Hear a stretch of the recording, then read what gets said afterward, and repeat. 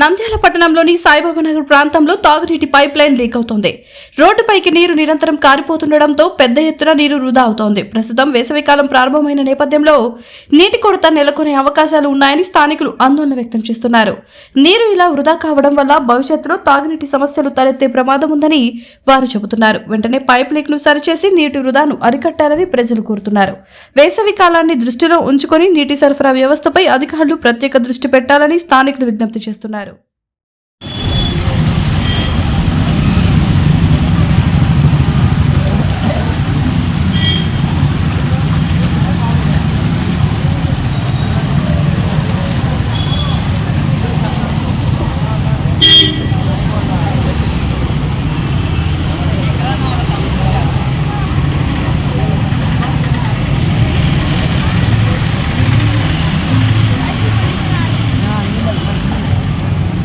జరిగే కొంచెం వెనికిరా